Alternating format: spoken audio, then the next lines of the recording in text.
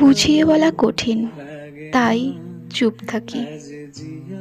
বরাবরের জন্যই হয়তো একটা খোলা আকাশ পেলে, হয়তো বলার সুযোগ পেলেও বলি ফেলি ভুলবশত, কিন্তু সেই বলার জায়গাটা হয়তো আমার ভুলই থাকে। জীবনে এমন অনেক সময় আসে যখন মনের কথা প্রকাশ করা কঠিন হয়ে পড়ে।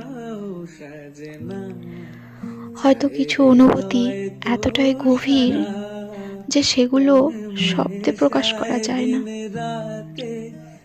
কিংবা কিছু অভিজ্ঞতা এতটাই জটিল যে বোঝানোর জন্য যতই চেষ্টা করা হোক, শুনতে পাওয়া মানুষটি কখনোই বুঝবে না। তখন আমরা চুপ করে থাকি, একদম নিশ্চুপ হয়ে যাই। আর এটা শুধু আমি না বা আমার কথা না, অনেক মানুষই আছে যে একেবারেই নিশ্চুপ হয়ে যায়, যে তার কোনো কথাই আর বলতে ভালো লাগে না। আর যখন সে নিশ্চুপ হয়ে যায় কেউ, তখন সে ভেতরে ভেতরে অনেক কঠিন হয়ে যায়, অনেক শক্ত হয়ে যায়, আর কারোর কথায় কোনো কিচ্ছু যায় আসে না, পাথর হয়ে যায় সে।